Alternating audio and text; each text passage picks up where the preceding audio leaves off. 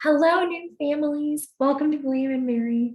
Thank you so much for taking the time to watch this presentation virtually. I really appreciate you learning about all the different resources available to your students for academic success here.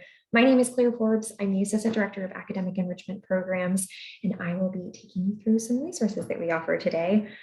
Before I get started, I just want to go ahead and apologize if I struggle with technology at all. Even though we've been, getting more comfortable using Zoom over the past year, I do not claim to be perfect. So please give me a little bit of grace for any technological errors I might make. And again, thank you for your time. All right, so this morning I'm going to talk with you about how it's never too early to plan and different resources for academic success at William and Mary. Okay, so you may have heard the phrase academic enrichment programs before, and I want you to understand where we're located so that you know who we can very easily connect students to.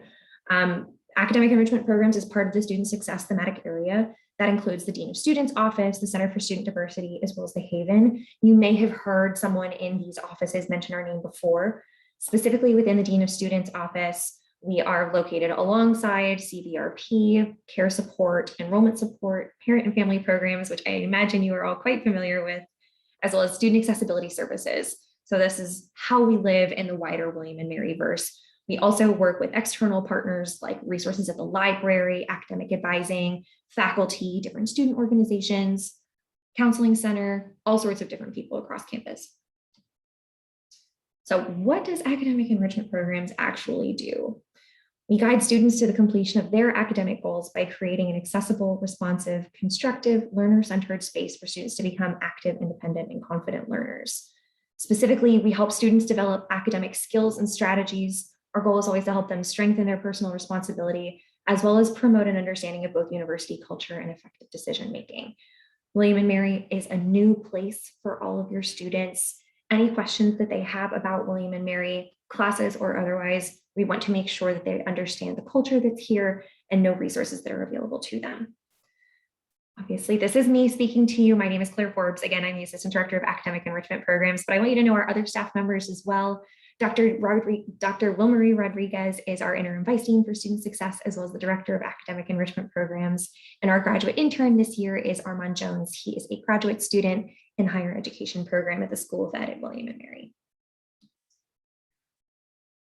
This page about the different services that we offer is also going to serve as an overview of what I'm going to be talking with you about today. So to start, I'm going to talk about academic status as well as continuance, different academic intervention programs we offer, the Tutor Zone, which is the main tutoring center on our campus, as well as individual consultations, different time management resources, as well as resources for strategic learning.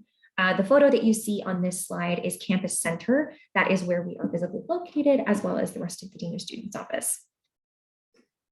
So to begin, I want to explain what continuance standards are. I'm not going to go too deep into the weeds, but what I want you to know is that continuance standards are the bare bones minimum requirements for all William and Mary students.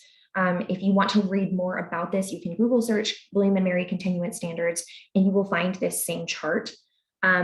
Broadly speaking, these are the minimum credit requirements as well as the minimum cumulative GPA requirements that all William and Mary students are expected to meet. This does not include classes that students need to take to fulfill their major requirements. This does not include call curriculum requirements or anything about specific classes. This is purely William and Mary credits and William and Mary GPA. So as you can see on the screen, the way this chart reads is after one semester at William and Mary, all students should have at least a William and Mary cumulative GPA of 1.7, as well as 9 cumulative William and Mary credits. Then after 2 semesters at William and Mary, they should still have at least a 1.7 cumulative GPA, and they should have received 21 cumulative William and Mary credits. Again, these are William and Mary credits and William and Mary grades alone, not transfer information. So all transfer students also begin with 1 semester at William and Mary. And then it proceeds from there. You can see the increase in the credit requirements as well as the cumulative GPA requirement eventually gets up to a 2.0 by the time they've completed their 4th semester here, and so on and so forth. Again, you can read more about this online, but this is the bare bone minimum requirement for all students for their academic progress. So based on these continuance standards, We in academic enrichment programs essentially evaluate all students at the end of each semester to make sure they're meeting those minimum requirements. When students fall short of those requirements, we have different intervention programs that we place students in. These are called the Aspire program, which is for students who are on academic probation, as well as the Connect program, which is for students who are on academic warning. For students who are on academic probation in the Aspire program, that means they have fallen short of either the minimum credit requirement or the minimum cumulative GPA requirement, or sometimes both. And the Connect program is for students who are on academic warning. Academic warning is not formal, whereas academic probation is. But regardless, we want students to have resources and support as they work to meet those requirements and as they work to get back into good academic standing. So through these programs, we offer advocacy and support for students. We help students learn more about themselves, specifically who they are as learners right now in their academic journey, as well as we offer different learning workshops, connection to the Tutor Zone, as well as individual academic consultations. You may be surprised to hear that students at William & Mary struggle to meet academic expectations. I imagine many of you are coming here with a student who has been wildly successful in their academic career thus far. William & Mary is a challenging place. I don't believe that students come to William & Mary if they're not up for a challenge or if they're not seeking a challenge. And along the way of being challenged, there's failure. We know that. Students learn that lesson while they're at William & Mary, and it can be pretty difficult. But we also wanted to know why students struggle academically when they come here with such a strong foundation. So we actually asked all of our students who were in our Aspire program, again, students on academic probation, about 2 years ago. And this is what students shared with us for the top 5 reasons they struggle academically. As you can see, a lot of students reported that they've been struggling with their mental health, with motivation, lack of energy, lack of confidence, as well as difficulty managing their time. We take this data and this information and we use it to inform our practices in the Aspire program and in the Connect program, as well as in how we work with students. Just because if a student is in good academic standing, that does not mean that they cannot come to us for help. We are here for all students, no matter what. What I really want to emphasize for you, especially if you do have a moment where your student calls you or they come home and they go, I'm really struggling academically. I want you to know that it's likely that it's one of these reasons. And what I want you to know based on this list is none of these things mean that your student is not capable of achieving academic success. It does not mean they're not smart enough. It does not mean that they are not good enough. And I tell students this as well. What this means is that there is something standing in your student's way of achieving academic success. And it's entirely possible that it's one of these reasons. So my advice would be, if your student comes to you and says they are struggling academically, or they're just not getting grades they want or something along those lines, let them know that there's resources available. Send them my way to academic enrichment programs. Let them know that there's a lot of resources to help them address all of these things and that it's going to be okay. Do what you can to support them is really what I ask. So knowing the reasons why students struggle academically, we offer a variety of resources to them. Most of these resources come through the Tutor Zone. The Tutor Zone is our main tutoring center on campus. All Tutor Zone tutors meet with students in a one-on-one setting to help students understand course concepts. Tutors also help students organize and prepare for exams, as well as help them develop problem-solving skills. All tutors are William & Mary undergraduate students who have taken the courses they are offering help in and they've been successful. All tutors also have access to rigorous training to help them become better tutors, better communicators, that kind of thing. We also offer time management consultations through the Tutor Zone as well every semester. And I'm going to go into more resources for time management as well as we go through this.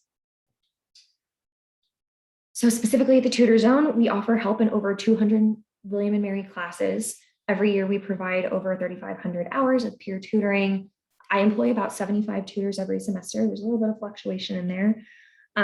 Since the pandemic began in March 2020, all tutoring appointments were occurring online via Zoom. As of now, today is August 19th. I am recording this in advance of new family orientation. As of today, based on the information I have, all appointments in the Tutor Zone will be offered virtually or in person for the coming year. We are allowing flexibility to let students choose how they are more comfortable learning moving forward. The Tutor Zone is also nationally certified as an international tutor training program. I mentioned tutors themselves have access to rigorous training. It is through CRLA, the College Reading and Learning Association. I also want you to know who receives tutoring, because I think some of the information might be surprising to you. In spring 2019, the average semester GPA of students who used the Tutor Zone was a 3.21, which is a great GPA. So it's not just students who struggle academically, it's students for all different reasons. The majority of students were tutored in STEM subjects. Most students come to the Tutor Zone their sophomore year, but students at any point in their academic journey come to us. My favorite part is that a quarter of the students who used the Tutor Zone in spring 2019 actually meet the Dean's List, which I think is really exciting. These are some of the more popular majors that students were in who came to us for help.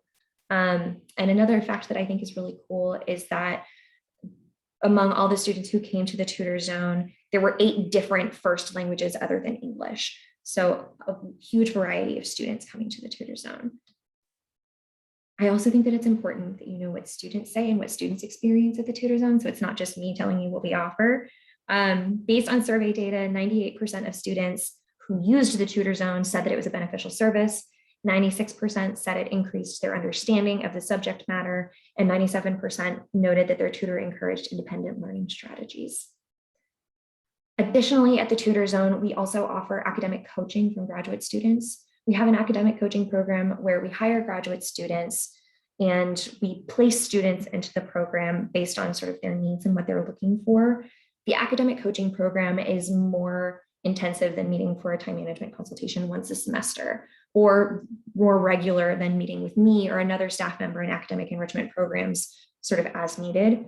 The academic coaching program is set up to support students on a weekly basis to help them develop time management skills, to help them figure out how to prioritize their academic work, and help them really plan to lead a balanced life while they're at William and Mary, so that they can get everything they want out of their college experience. It's also a good accountability measure for students who might be struggling academically to have someone help them and make sure that they're meeting their goals along the way. I keep mentioning time management sessions. We do offer free time management sessions at the Tutor Zone to any student who needs it any semester. And we also offer strategic learning workshops. These are sort of as requested, but students can also request a strategic learning consultation with academic enrichment programs if they prefer to meet in a one-on-one setting as well. So that your student knows how to book an appointment, they can go to wm.edu/tutors. The page looks a little bit like this, as you can see on your screen. There is a cost associated with tutoring, and it's because I pay all of our tutors who work at the Tutor Zone. This is a paid position on campus. It's got flexible hours. It's a pretty great job. Students who come to William and Mary must have completed at least a full semester at William and Mary before they can become a tutor. So we do hire regularly. If your student is doing well in their classes and they're interested in looking for an on-campus job, you can let them know that the Tutor Zone hires students every semester. And so that is, again, why we have a cost associated with tutoring. That being said, my goal is for any student, regardless of financial ability, to have access to the resources that they need to be successful. So we do have a Tutor Zone scholarship that is available to any student who feels that they might not be able to afford the cost of tutoring. This is very different from the scholarship applications, merit-based and need-based, that you likely just went through with the financial aid office and the Office of Admissions. This is internal. It takes less than a minute for students to apply to the Tutor Zone scholarship, and it is purely for use of the Tutor Zone. It does not affect anything outside of that. And you can read more information about it on there as well. I highly recommend your student checking out the expectations page so that they can know what to do to prepare for any tutoring appointment that they need. Additionally, we have a ton of resources for strategic learning and for time management, especially on our website. As you can see on the screen, it's wm.edu/academic enrichment. I strongly encourage, especially as your student starts their first semester at William and Mary, that they look at, in particular, the fall 2021 semester planning guide. This is likely the first time your student is in an academic setting where they are completely in control of their schedule. Regardless of the high school or possibly even the previous institution that your student attended, a lot of things were set for them. In high school, you know when you have to arrive, when you have classes all day, you are told when your lunch break is, you are told when it's time to go home, when you have practice, if you're an athlete or in music or theater or any kind of art program, you are told when all of those things happen. in college and at William and Mary, you're told when your classes happen, but you've got all this time outside of your classes. So how does your student want to use that? And how are they also going to stay on top of their classes?